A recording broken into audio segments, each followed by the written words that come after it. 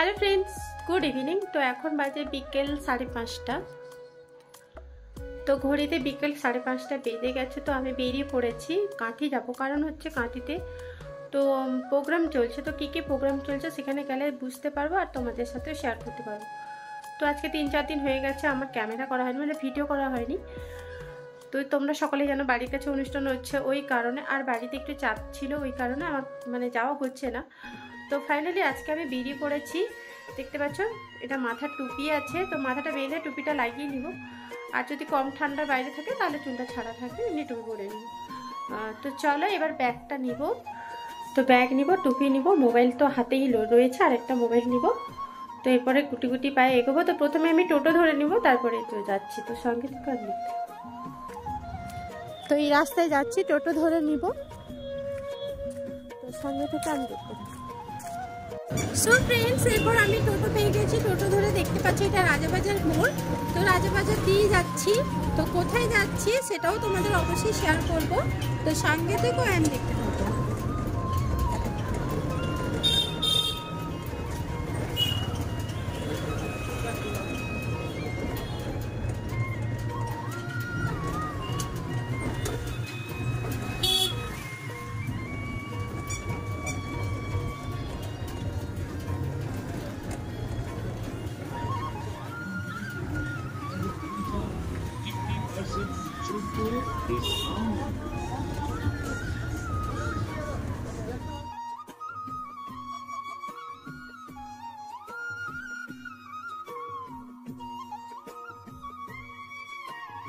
Finally friends, টোটো থেকে নেমে এই যে দেখতে পাচ্ছ চলে এসেছে সেই জায়গায়। তো প্রত্যেক বছরের মতন এই বছরও দেখো বই মেলা হচ্ছে, ওই কারণে আমি চলে এসেছি তোমাদের সাথে শেয়ার করার জন্য। আর এটা হচ্ছে ব্রহ্ম গার্লস হিন্দু গার্লসের অপোজিটে যে বড় মাঠ আছে, মানে রাউরি ক্রিয়েশন ক্লাব। তো ওইখানেই বই মেলাটা হচ্ছে। তো প্রথমে ঢোকার মুখে কিন্তু তোমাদের টিকিট কেটে নিতে হবে, আর টিকিটের মূল্য হচ্ছে মাত্র 2 টাকা। তো 2 টাকা দিলে 2 টাকা দিয়ে টিকিটটা কেটে তারপরে তোমরা ভেতরে প্রবেশ করতে পারবে। তো আমি সবটাই দেখাচ্ছি, তো দেখতে থাকো। কত করে? একটা। হ্যাঁ, একটা। ফ্রেন্ডস, তোমরা দেখতে পেলে 2 টাকা দিয়ে কিন্তু এই টিকিটটা কাটতে লাগছে। তো তোমাদের একটু জুম করে দেখালাম। তো এরপরে চলো, এরপরে ভেতরে প্রবেশ করা যাক। আর কি বসছে না বসছে সবটাই শেয়ার করব। সো ফ্রেন্ডস, দেখতে থাকো অ্যান্ড সঙ্গে থেকো।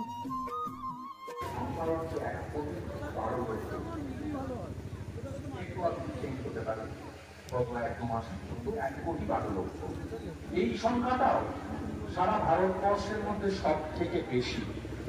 যদি সারা ভারতবর্ষের মধ্যে সব থেকে বেশি মহিলা স্বনির্ভর গোষ্ঠী তৈরি হয়, তাহলে তাদের ভূমিকা কি থাকবে অর্থনীতিতে? আসবে। স্বনির্ভর গোষ্ঠীর সংখ্যা বললাম, এরপর বলছি। সো ফ্রেন্ডস, আমি ভেতরের মধ্যে প্রবেশ করেছি। আর প্রত্যেকটা স্টলের নাম, মানে বই দোকানের স্টলগুলোর নাম আর বই মেলার আর কি কি দোকান বসছে সমস্ত কিন্তু আমি এখানে দেখাচ্ছি। তোমরা দেখে নাও, তোমাদের সুবিধার্থে ভালোই হবে। তো দেখতে থাকো। একদম তৃণমূল স্তরে মানুষের হাতে পয়সা দেওয়া, এই মডেলটা নিয়ে যিনি গবেষণা করেছেন তিনি বাংলার কৃতি সন্তান, পৃথিবীর মধ্যে তিনি গর্ব। অভিজিৎ বিনায়ক বন্দ্যোপাধ্যায় যে অর্থনৈতিক বিষয় নিয়ে গবেষণা করেছেন, এবং অনন্ত সেনও এই বিষয়ে গবেষণা করেছেন এবং নোবেল প্রাইজটাও পেয়েছেন এইটাকে কেন্দ্র করেই, যে প্রান্তিক মানুষের হাতে পয়সা তুলে দিতে হবে, তাহলে অর্থনীতি চাঙ্গা হবে। এখন প্রান্তিক মহিলাদের হাতে যদি পয়সা তুলে দেওয়া হয়, অর্থাৎ সেটা 500 টাকা হোক কি 1000 টাকা হোক, নিশ্চিতভাবে যদি আমরা আরো বেশি পারি তাহলে আরো ভালো হবে। কিন্তু এই যে টাকা তুলে দেওয়া হচ্ছে, তাতে তাদের নিজস্ব যে স্বাধীনতা, সেই স্বাধীনতা একটু হলেও বাড়ছে। এই স্বাধীনতাটা তৈরি হয় হচ্ছে অর্থনৈতিক স্বাধীনতা থেকে। যে কোনো সমাজে, যে কোনো মানুষের, যে কোনো রাষ্ট্রের স্বাধীনতা বলতে বোঝায় প্রথমে তাদের যদি অর্থনৈতিক স্বাধীনতা থাকে, তাহলে তাদের সামাজিক স্বাধীনতা প্রতিষ্ঠিত করা সম্ভব। কেন এই ঘটনা বলছি? মানে ধরুন আবার একটা উদাহরণ দিচ্ছি। উদাহরণটা হচ্ছে জাতিগতভাবে আমি জাতিগত প্রথায় বিশ্বাস করি না ব্যক্তিগতভাবে, কিন্তু ধরুন জাতিগতভাবে এখনো সমাজের যে খারাপ দিকগুলো আছে, নিম্ন জাতির একটা মানুষ যার মাসিক আয় 1000 টাকা বা 2000 টাকা, বা যারা বাড়িতে পরিচারিকার কাজ করেন, পরিচারকের কাজ করেন, তাদেরকে একটা এরকম মেলায় এনে আপনারা এই মঞ্চে বসাবেন। কিন্তু সেই জাতিরই একটি মানুষ যদি আজকে কয়েক কোটি টাকার মালিক হন, তাহলে তাকে আপনারা এখানে প্রধান অতিথি করে এনে বসাবেন। অর্থাৎ শুধুমাত্র জাতিগত দিকটার জন্য তার বঞ্চনা হচ্ছে না, সামাজিক বঞ্চনাটা তৈরি হচ্ছে অর্থনৈতিক বঞ্চনার জন্য। সেই জন্য অর্থনৈতিকভাবে প্রতিষ্ঠা বেশি জরুরি সামাজিক প্রতিষ্ঠা পেতে গেলে। ঠিক এই বিষয়টাতেই নারীদের ক্ষমতায়নের ক্ষেত্রেও একই জিনিস। অর্থনৈতিকভাবে যদি নারীদেরকে আমরা আরো বেশি ক্ষমতাশালী করতে পারি, আমরা অর্থাৎ পুরুষ হিসাবে বলছি না, এবং সমাজের একজন অঙ্গ হিসাবে বলছি, আমরা বলি সামাজিকভাবে রাষ্ট্রের মহিলাদেরকে আরো বেশি বেশি করে অর্থনৈতিকভাবে স্বাবলম্বী করতে পারি, ক্ষমতায়ন দিতে পারি, তাহলে নিশ্চিতভাবে সামাজিকভাবে ক্ষমতায়ন তৈরি হবে। আগামী দিনে আমরা এই যে 40% আছে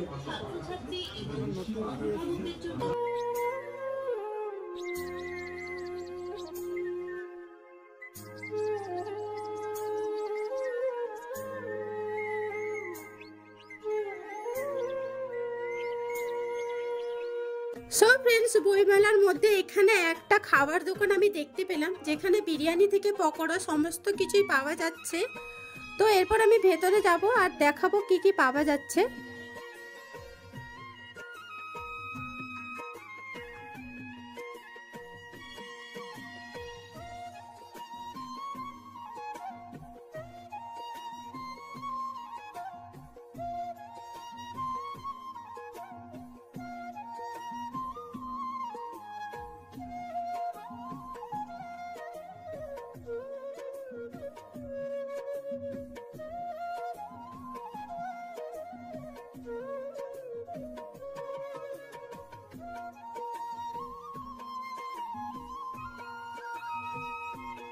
সো এখানে বিরিয়ানি, চিকেন কষা, চিকেন পকোড়া, সয়াবিনের পকোড়া, ফুলকপির পকোড়া, আর আছে রুই মাছের বড়া, মানে পকোড়া, এরকম টাইপের সমস্ত ক্রিস্পি খাবার এই বইমেলার মধ্যে কিন্তু তোমরা অ্যাভেলেবেল পেয়ে যাবে। পকোড়া পাওয়া যাচ্ছে, বিরিয়ানি, অনেক কিছুই পাওয়া যাচ্ছে। তো সেখানে টাকাটা আছে, ফটোটা স্ক্রিনশট নিয়ে নিব। আর এখানে চিকেন পকোড়ার প্লেট দাম হচ্ছে 30 টাকা। ফাইনালি ফ্রেন্ডস, আমি 1 প্লেট চিকেন পকোড়া নিয়ে নিয়েছি, আর এখানে 10 পিস মাত্র 30 টাকা নিল। তার সাথে স্যালাড সস দিয়েছে। তো আমি একটু টেস্ট করে তোমাদের বলছি কেমন হয়েছে। হ্যাঁ ফ্রেন্ডস, সত্যি ইয়াম্মি হয়েছে। সো খাওয়া দাওয়া করে নিয়েছি, আর তোমাদের একটুখানি দেখিয়ে দিলাম যেখানে কি কি পাওয়া যাচ্ছে। চাও পাওয়া যাচ্ছে। তো চলো এরপর আবার 4-5টা ঘুরাই। আর মঞ্চতে একজন মানে ডক্টর নাম বললেন, তো খুব ভালো একটা কথা বলেছেন, সেটাও তোমাদের শোনাবো। সো দেখতে থাকো।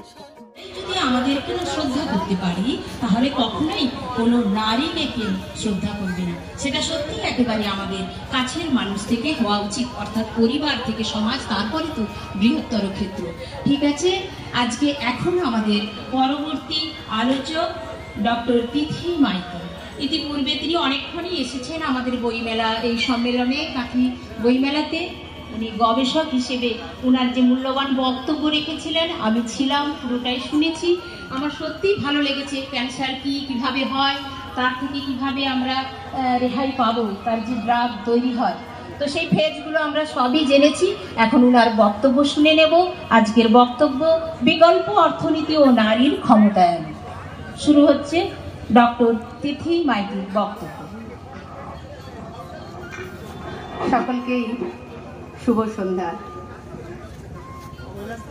আজকে প্রথম পার্টে আমি ছিলাম, আর দ্বিতীয় পার্টেও আমি আছি। আজকের যেটি মেইন বক্তব্য, নারীর ক্ষমতায়ন।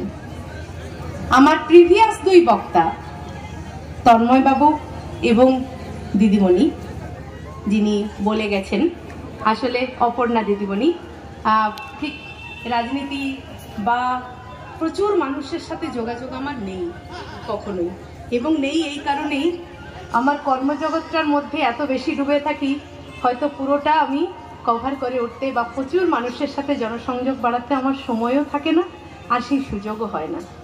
তাই সবাইকে হয়তো চিনি না, তবু যারা বলে গেছেন তারা নারীর ক্ষমতায়নটাই অনেক বড় করে বলে গেছেন, এবং কিভাবে নারী অর্থনীতিভাবে সচল হবে, এবং তার সঙ্গে তন্ময়বাবু বললেন সেই অর্থনীতির উপর ভর করে দেশ কি করে বিকল্প অর্থনীতি দেখবে তার কথাও বলেছেন। আমি নারী, পিপিটি নারী। আমি আজকে একটা ছোট্ট কথা দিয়ে সকলকে স্বস্থানে আমার সম্মান, যা মাত্র 5 মিনিট নেব, আমিও সকাল 7টা থেকে বেরিয়েছি, এখনো বাড়ি ঢুকিনি, 5 মিনিট নেব জাস্ট। আমি আমার বক্তব্যটাকে একটু অন্যভাবে রিপ্রেজেন্ট করব। আমি জানি না যদি কাউকে আঘাত করি বা আমার বক্তব্য যেভাবে আমি রিপ্রেজেন্ট করছি সেটা যদি কোনো অন্য ধরনের কথাও হয়, আপনারা নিজ গুণে আমাকে ক্ষমা করে দেবেন। আজকের বক্তব্যের প্রথম উদাহরণ দেব, নারীর ক্ষমতায়ন কিন্তু হয়েছে, সেটা আমরা দেখেছি। আমি মাসি নামতে নামতেই চলে গেল। আমরা যখন ড্রয়িং রুমে ফার্স্ট বক্তব্যের পর বসছিলাম, আপনারা সবাই খেয়াল করেছেন একজন মাসি এখানে চা দিচ্ছিলেন না সবাইকে। মাসির বয়স 9 করে 60 ছুঁই। মাসি এই বয়সেই কিন্তু স্বনির্ভর, অর্থাৎ মাসি চা দিচ্ছেন, পয়সা নিচ্ছেন, হিসেব করবেন, বাড়ি যাবেন। তার অর্থনীতি, অর্থাৎ আমি মনে করি খুব লিটারেট না হলেও তিনি আর্থিকভাবে সচ্ছল, কারোর কাছে হাত পাতেন না। তবে মাসিকে বলতাম, এখন ভারতবর্ষের অর্থনীতিতে মাসির ভূমিকাটা দরকার, বাট আরো একটু অন্যভাবে। কিভাবে? মাসি কিন্তু ভাবছেই না, বা ভাবতে তাকে এটা শেখানোই হয়নি যে মাসি তুমি আরো 5 জন মাসিকে জোগাড় করো না, মুনাফাটা তুমি নাও, অর্থাৎ চায়ের খরচটা তুমি নাও। তুমি তো জানো পার কাপ চায়ে হয়তো 3 টাকা খরচ, তুমি 5 টাকা নিচ্ছ, তুমি আরো 1 টাকা তাকে দাও, দিয়ে বাকিটা লাভ করো। অর্থাৎ যেটাকে আমরা সায়েন্টিফিক ভাষায় বলি এন্টারপ্রেনিয়রশিপ। এই যে বিকল্প অর্থনীতি, এইটা কিন্তু শুধুমাত্র নারী নিজে আর্থিক সামাজিক ভাবে সচল হলে আসে না। তারই উদাহরণ দেখাতে আমি জাস্ট, যে কেন এই পিপিটিটা আমি ইউজ করেছি, একটু লাইটটা বন্ধ করলে ভালো হয়, পাওয়ার পয়েন্টটা দেখা যাবে না আদারওয়াইজ। সেকেন্ড স্লাইডটাতে আমি যেতে বলছি, কারণ আমি একটা কথা বলছি, দেখবেন বাড়িতে আমরা আলু পোস্ত রান্না করি, বাড়িতে বিরিয়ানি করি তো, বাড়িতেই চাউমিন বানাচ্ছি, তবু আমরা একটা বিয়ে বাড়ি শুনলেই দৌড়ে চলে যাই। এই স্লাইডটাতেই থাকবে, দৌড়ে চলে যাই। তার কারণ হচ্ছে আমরা হাতের সামনে, মা বলেছে বিয়ে বাড়িতে দারুণ খাবার পাওয়া যায়, বাবা বলেছে ওই বিয়ে বাড়িতে দারুণ রেসিপি হয়েছে, আমরা হাতের কাছে ওইটা পাবো বলেই দৌড়ে চলে যাই। আমরা যতই বক্তব্য বলি, নারী আজকে, আমি মাসির এক্সাম্পল দিয়ে বলেছি, নারী কিন্তু অনেকাংশে আজকে ক্ষমতাশীল, কিন্তু এখনো নিজের ডিসিশন নারী নিজে নিতে পারে না। এই স্লাইডে আসার আগে তার একটা এক্সাম্পল দিচ্ছি। এবছরের রাখি বন্ধন, আমার বাড়িতে জগন্নাথ আছেন, আমি ঈশ্বর বিশ্বাসী। আমি রাখির আগের দিন আমার সমস্ত ঠাকুরের হাতে রাখি বেঁধে দিই। কেউ যদি বলেন বিজ্ঞানের লোক, কুসংস্কার, মেবি, এর কোনো যুক্তি আমার কাছে নেই। আমি যা কিছু কথা জগন্নাথের সামনেই বলি, কারণ জানি উনি নাই শুনুক, কারোর কাছে গিয়ে বলে দেবে না বা এর অপব্যবহার করবেন না। তাই আমি কিন্তু ওনাকে মনে প্রাণে বিশ্বাস করি। সেই রাখি কিনতে গিয়ে একজন, ঠিক আজকে চা যেমন দিচ্ছিলেন মাসি, ওই রকম একজন মাসি রাখি বিক্রি করছে কন্টাই ক্লাবের ওই গলিটাতে। মাসির কাছে গিয়ে দেখলাম, মাসি ক টাকা করে দাম গো? কিচ্ছু বলেনি। আবার জিজ্ঞেস করলাম, মাসি কত করে রাখি? দিদিমণি কোনটা নেবো?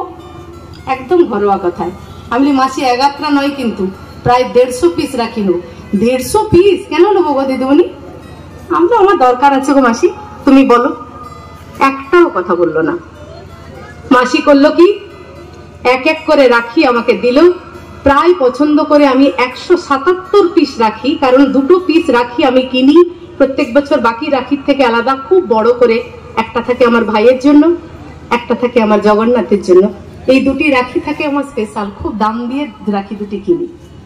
আমি কিনেছিলাম, কেনার পরে মাসিকে জিজ্ঞেস করলাম, মাসি কোন রাখির কত দাম তো বললে না তুমি, আমি কিনেও তো নিলাম। আর মাসি রাখি কে বানিয়েছে? মাসির হাজবেন্ড, অর্থাৎ মাসিকে মাসি বলছি, তাকে মেসো বলিনি, দাদুই বলেছিলাম, অনেকটা বয়স্ক লাগছিল। মাসি তখন বসে বলছে, আমার দিদিমণি এই রাখিগুলো সব আমি বানিয়েছি, জানো কি করে বানালে? সো ফ্রেন্ডস, মেলাটা থাকবে ডিসেম্বরের 24 তারিখ অবধি। তো তোমরা যারা যারা দেখোনি অবশ্যই গিয়ে দেখে আসতে পারো। আর আজকের বইমেলার ভিডিওটা তোমাদের কেমন লাগলো অবশ্যই কমেন্ট করে জানিও। আর তোমরা সকালে ভালো থেকো, সুস্থ থেকো অ্যান্ড সাবধানে থেকো। টাটা।